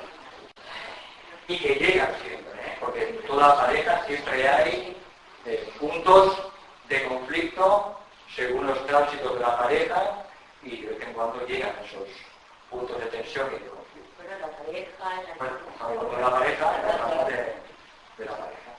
Es las almas gemelas en los libros, pero la realidad. Normalmente cuando nos metemos en un mundo espiritual, no sé si se me ha ido amor de pasión, ¿no? Porque si alguna vez uno ya vuelve a lo de antes, se va a hacer lo normal, de las otras cosas, de las otras amistades. Uno empieza a reunirse, a relacionarse con personas que viven eso mismo que ella siente y, como decíamos esta mañana, los pájaros del mismo plumaje y vuelan juntos y uno se agrupa con esas personas. Pero eso no quita que uno pueda mantener la relación con su pareja. Siempre que haya tolerancia, que haya respeto y que también uno pues también sepa ser flexible. Tenemos que ser flexibles. Y dar también tiempo a la otra persona para que también vaya poco a poco haciendo sus pasitos. Un aspirante o un discípulo es un ser que emite una gran radiación. Pero no penséis que la radiación espiritual, sea de un aspirante, discípulo, un iniciado, pues hace que todo el mundo sea feliz. Ojo. Porque la radiación que emite un aspirante espiritual o un discípulo, esa radiación choca también con el aura de radiación de los que tiene alrededor. Y eso hace que entren en conflicto, digamos, su aura radiactiva entra en conflicto con la tuya. ¿Por qué? Porque la estás obligando a elevar su vibración. Es como un imán de un doppelganger. Y generalmente, pues, somos fuente de crisis y conflictos para la pareja. Así como un discípulo avanzado o un iniciado, pues cuando va a un grupo y enseña, todo el mundo se sonríe, es maravilloso, pero la semana siguiente el grupo explota en una crisis morrocotuda. ¿Así? Sí. ¿Por qué? Porque la radiación hace que entre en conflicto con la radiación del grupo. Y al elevar su vibración, ahí llega el conflicto. Y eso presenta como crisis. Afortunadamente. Porque a través de las crisis es como crecemos. Por tanto, lo que ocurre en un grupo también ocurre en la pareja. Somos, sin que lo sepamos, fuente de crisis y de fricción para nuestra pareja. Porque quiera o no, lo estamos elevando. Y eso choca con su propia aura vibratoria. Y eso lo hacemos inconscientemente, no pensemos que lo hacemos conscientemente, sino conscientemente. Pero eso sucede. Eso es por la ley de vibración. Valentín, yo no tengo Margarita. Dime. Que no tengo Margarita. Habla. Bueno, pues no quiero hablar mucho porque no necesito explicación, yo voy a explicar lo que siento. ¿Vale? Yo tuve detectada hace 12 años, lo que nos trae la incluso. Entonces, a partir de ese detectar, pues llegué a casa, bueno, no vino, sino que entonces llegué a casa y mira, que yo he pensado que yo quiero vivir, pero que yo quiero vivir bien y la luz, y me ha dado mucha paz y mucha alegría, y es que pongáis por la luz de arena, porque yo este camino es voy a seguir, y todo lo que se me ponga por mí. Entonces, estuve 8 años, con los 8 años no tuve que separarme. Estaba años separada, y a los 2 años, pues en 10 minutos, que no lo quiero tanto, porque de hecho ya no, 10 minutos yo recibí una información, no recibí información, sino que yo sentí no hacia Rafael y volví a volver. Entonces fuimos hablando, él me prometió ciertas cosas, yo le dije lo que yo quería, que yo lo único que quería era la paz que yo tenía, que la quería mantener, era antes que nada, claro, es lo que yo quería, lo que yo necesitaba, y quería paz y orden en mi vida y en mi familia. Entonces lo que olvidé, estuvimos 3 meses, que aquello fue precioso, pero después de esos 3 meses hubo un temilla entre él y yo en la cama, y ahí empezamos a chocar, y entonces pues todo eso que está contando es que lo he vivido. Eso de despertarme sudando, chorro, con dolores de cabeza, con vómito, bueno, así no voy a dejar por nada del mundo, pero es que me está volviendo, ahora llego, pues, estaba los 3 días, que cosas así, pero me refiero que esas vibraciones, que yo, no es que las haya sufrido, sino que las he recibido, si puedes aclarar eso, porque tengo muchas dudas si es cosa, porque era toda la noche, cuando él estaba mal, es cuando pasaba aquello. Era pues eso, yo me bañaba sudado, él sudando, pero solamente impecable que no rozábamos, era la cara chorreando y no me quiero salir de mí, aunque pero no quiero salir de ahí porque es lo que me ha ayudado hasta aquí hoy. ¿Ya? Eso lo digo clarísimo. Bueno, yo creo que tú misma te has dado la explicación. Tú has pasado y estás pasando todavía por una prueba de sendero probatorio. Pero 10 años no es nada, mujer. Comparado con cientos y cientos de vidas que tienes por delante, eso no es nada. Pero es que hay cosas que estás explicando y yo digo que ayudarla es lo que está ahí, pero es que hay veces que es verdad. Uno puede ayudar a los demás, pero uno no puede abandonar su camino. Uno no puede dejarse hundir por otra persona por querer ayudar a otra persona. Quiere decir que uno puede llegar el día de no tener una religión que sí que no soporta lo que está viviendo para cada uno. Cada uno tiene que decidirlo. Yo no lo digo porque... Pero lo que sí es cierto que es más importante el camino espiritual que cualquier relación humana. Eso es una verdad como te digo. Intentar es compatibilizar las cosas siempre.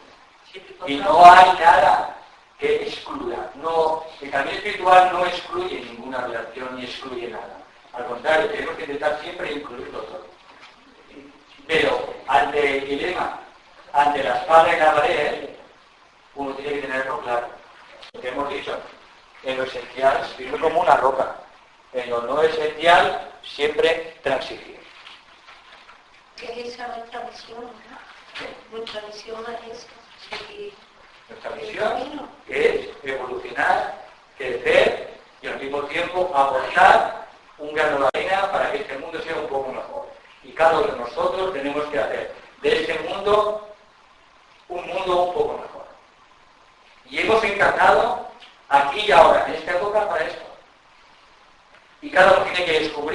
qué es lo que tiene que hacer en este mundo para hacer un mundo un poco más humano y más coherente. No hemos venido para pasarlo bien, ni para ganarnos la vida lo mejor posible. No. No es secundario.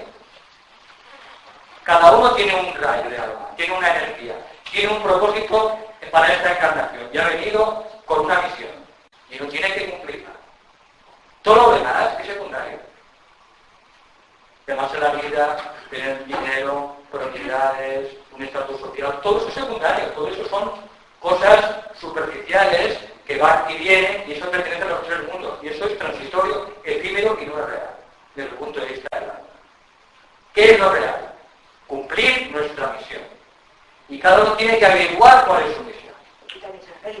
Por eso ayudamos mediante la astrología esotérica, mediante el estudio de los rayos, del alma de la personalidad. El grupo que se ha formado Sara, que ya tiene un montón de trabajo, ya está hasta el último pelo de los estudiantes. Al revés, yo también. Eso puede ayudar a encontrar nuestra misión. Es que no entiendo es que todo supone angustia y sufrimiento. Cuando pienso que nuestra vida tendría que ser para ser feliz, hacer las cosas lo mejor posible para llegar a la felicidad, pero es que ahora todo parece ser que son todos problemas y dificultades. No, cuando uno cumple su misión en la vida, de ahí brota la felicidad. Es que en el camino espiritual, aunque haya problemas, uno es feliz porque está haciendo lo que siente que tiene que hacer de verdad. La verdadera felicidad interior brota del alma, brota del corazón. Entonces todo lo demás son circunstancias que pueden ser mejor o peor. Os voy a dar un mantra para los que quieran continuar en estos 3 meses, para que meditéis cada día en este mantra, que lo recitáis durante el día muchas veces, porque creo que os va a ayudar a todos. A mí me ayudó en su momento y me sigue ayudando y os lo recomiendo a vosotros. Es un mantra una frase simiente que produce cambios muy profundos en la conciencia. Cuando uno...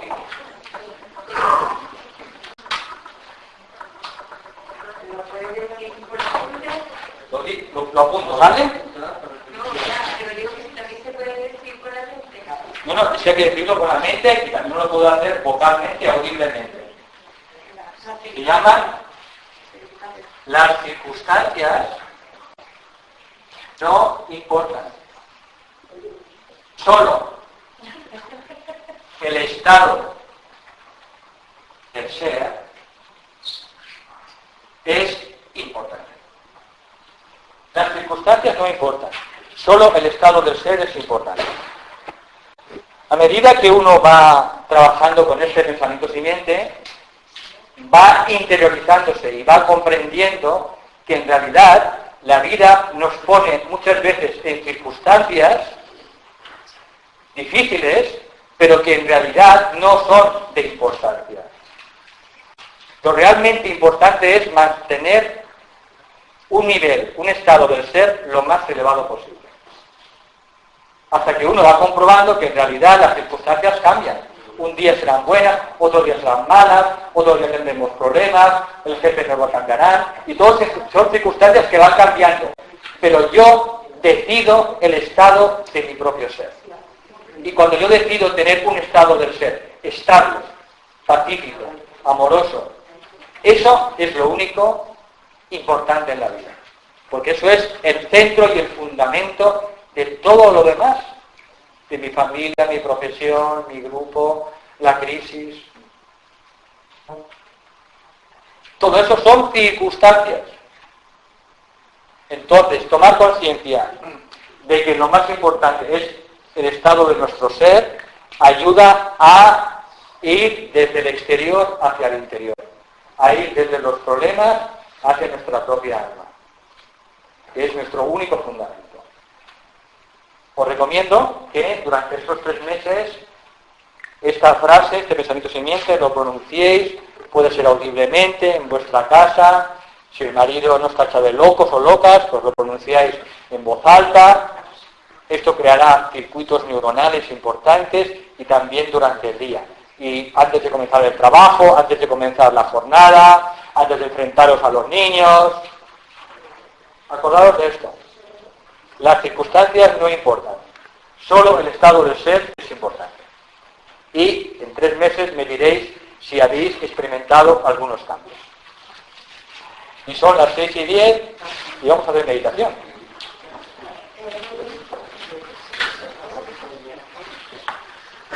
Aquí, o hacemos 15 minutos de pausa y luego meditación y seguimos. ¿Qué prefieres? ¿Qué preferís? Hacemos pausa 15 minutos y luego meditación y acabamos la charla. ¿Hacemos duración? Bien, pues pausa hasta 1:30.